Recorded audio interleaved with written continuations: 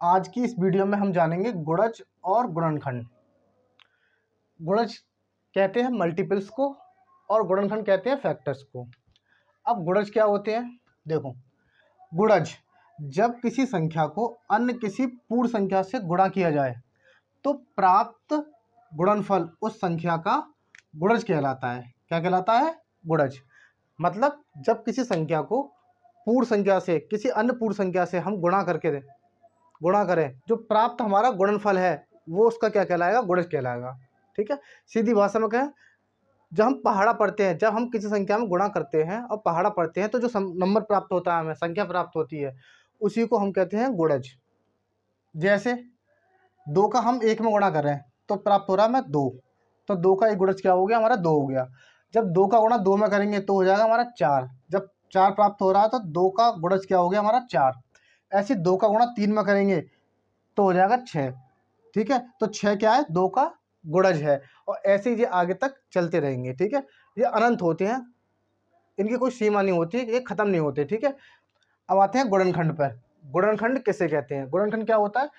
वह संख्या जो किसी संख्या को पूरी तरह विभाजित कर दे तो वह उस संख्या का गुणनखंड कहलाती है। मतलब अगर हम किसी नंबर को किसी संख्या से डिवाइड करें, ठीक है, तो वह संख्या क्या कहलाएगी? उसकी गुणनखंड कहलाएगी। जैसे 12 को हम जब 3 से भाग करेंगे तो आंसर आएगा हमारा 4, तो 3 क्या हो गया? 12 का गुणनखंड हो गया।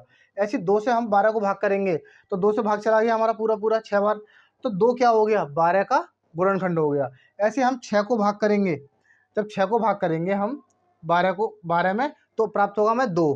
ठीक है, तो 6 क्या हो गया? 12 का गुणनखंड। ठीक है, अब इनके कुछ सवाल हैं। जैसे प्रत्येक संख्या का प्रथम 5 गुणज ज्ञात करने हैं। गुणज हमें ज्ञात करने हैं। गुणज प्राप्त हमसे पूछ लेगा कि 5 गुणज ज्ञात करो, कि 6 गुणज ज्ञात करो, कि 3 ज्ञात करो। ठीक है, अब देखो गुणज हमेशा जिस संख्या का गुणज हम निकालें तो पहला गुणज वही संख्या होगी, सबसे छोटी संख्या वही होगी, उसके बाद संख्या बढ़ती जाएंगी।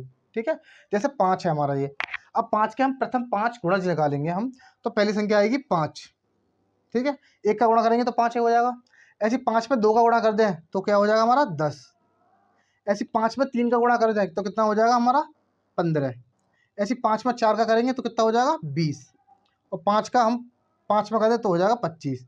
तो ये 5 के प्रथम 5 गुणज हो गए, 5, 10, 15, 20, 25। तो ऐसे निकाल सकते हैं। ऐसे इनके निकालेंगे।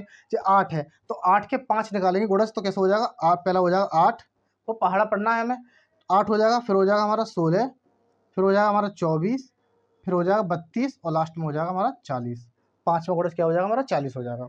ऐसे 12 के निकालेंगे तो 12, 24, 36, 48 और 60, ये हो गए हमारे 12 के गुणज। ठीक है, ऐसे 16 के गुणज निकालेंगे तो 16, 32, 48, 64 और 80, ये हो गए हमारे सबके इनके गुणज। हमने 5 गुणज निकाल दिए। ठीक है, गुणा करके। अब बात करते हैं हम गुणनखंड पर। अब गुणनखंड क्या होता है? दो गुणनखंड, इनमें हम भाग दे के देखेंगे संख्याओं के। जिन संख्याओं का भाग चला जाएगा वो उसका गुणनखंड कहलाएगा। और सबसे बड़ा गुणनखंड क्या होगा? 12 होगा। अगर 12 का निकालना है तो 12 होगा, 18 का निकालेंगे तो 18। मतलब जिस संख्या का हम गुणनखंड निकालें तो सबसे बड़ी संख्या वही कहलाएगी जो हमारी संख्या दे रखी है गुणनखंड के रूप में। ठीक है, अब 12 का देखते हैं किस किस का इसमें भाग जाता है। तो एक का भाग चला जाएगा 12 में, 1 का तो सब में भाग चला जाएगा। ठीक है, तो 1 हो गया। 2 का चला जाएगा, 3 का भी चला जाएगा, 4 का भी चला जाएगा। ठीक है, अब 5 का नहीं जाएगा तो 5 को नहीं लिखेंगे। 6 का चला जाएगा, उसके बाद 12 का, तो लास्ट संख्या क्या आ गई हमारी? 12। ठीक है, तो 12 के ये हमारे हो गए गुणनखंड। ठीक है, अब 18 का देखते हैं। 18 के देखेंगे तो पहला आएगा 1, फिर आएगा हमारा 2, फिर हो जाएगा 3, 4 से जाएगा नहीं ना, 5 से जाएगा 6, 6 के बाद 9 और 9 के बाद 18, ये हो गए हमारे 9 के गुणनखंड। अब देखते हैं 36 के। 36 के भी पहले 1 से चला जाएगा, फिर 2 से, फिर 3 से, फिर 4 से, ठीक 5 से जाएगा नहीं, फिर 6 से, ना 7 से जाएगा, ना 8 से जाएगा, फिर 9 से जाएगा, 9 के बाद 12 से, फिर 18 से और लास्ट में 36 से। ये हो गए हमारे 36 के फैक्टर। अब 72 के निकालेंगे हम फैक्टर। 72 किस किस संख्या से विभाज्य हो जाएगा? 1, 2, 3, 4 से, 6 से, 8 से, 9 से, 9 के बाद फिर 12 से, 12 के बाद फिर 18 से, 18 के बाद 24 से, 24 के बाद 36 से और 36 के बाद 72 से। ये हो गया हमारे 72 के गुणनखंड। ठीक है। तो ये हो गए हमारे गुणनखंड और ये हो गए हमारे गुणज। ठीक है। दो एक ऐसी संख्या है जो समभी है और अभाज्य भी है। ठीक है। तो 2, 3, 5, 7 ये होगी अभाज्य संख्याएं 1 से लेकर 10 तक। ऐसी 11 से 20 तक 11, 13, 17, 19 ये 4 होती हैं। 21 से 30 तक 2 होती हैं। कौन कौन सी होती हैं? 23 और 29। ऐसी 31 से लेकर 40 तक 31 और 37 होंगी।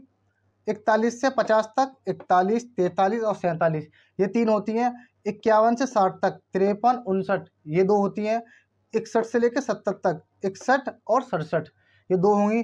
71 से 80 तक 71, 73 और 77 ठीक है ये 3 होती हैं। ऐसे 81 से 90 तक 83 और 89 2 होती हैं। और 91 से लेकर 100 तक 97 बस एक ही ऐसी संख्या होती है जो विभाज्य नहीं होती 97। ठीक है अभाज्य संख्याएं तो 1 से लेकर 25 तक होंगी हमारी अभाज्य संख्याएं। तो हम इन अभाज्य संख्याओं से ही डिवाइड करेंगे। ठीक है अभाज्य गुणनखंड करने के लिए।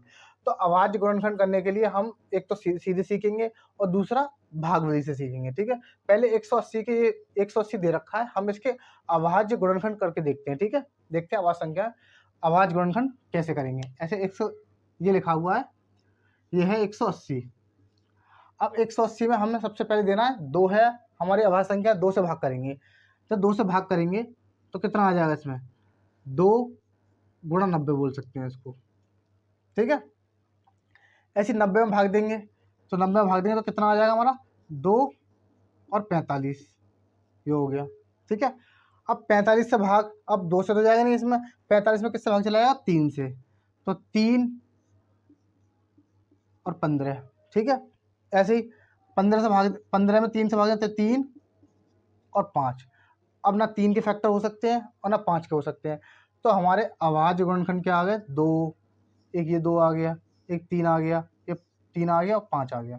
तो 180 के हमारे फैक्टर हो गए हमारे 2 गुणा 2 गुणा 3 गुणा 3 गुणा 5। देखिए इसमें सब 2, 3, 5 सब क्या है? हमारे अभाज्य संख्या है। तो ऐसे हमारे 180 के अभाज्य गुणनखंड ऐसे निकाल सकते हैं। दूसरा तरीका है भाग विधि से। कैसे है? भाग विधि कैसे करते हैं? इसको पहले 180 ऐसे लिखेंगे और ऐसे लाइन खींच लेंगे। ठीक है उसमें भी यही करना है। सबसे पहले हम भाग देंगे 2 से, 2 से करेंगे तो कितनी बार जाएगा? 90 बार जाएगा। फिर 2 से चला जाएगा, फिर 2 से करेंगे कितना जाएगा? 45 बार जाएगा। अब 2 से तो जा नहीं सकता, इसमें अभाज्य संख्या जी विषम संख्या हो गई। अब देंगे 3 से, 3 से देंगे तो कितनी बार जाएगा हमारा? 15 बार। फिर 3 से देंगे कितनी बार जाएगा? 5 बार। फिर देंगे 5 से, 5 एकम 5। ऐसे इसमें भी 180 के कितने फैक्टर निकले? 2 गुणा 2 गुणा 3 गुणा 3 गुणा 5। ऐसे हम संख्याओं के अभाज्य गुणनखंड ज्ञात कर सकते हैं।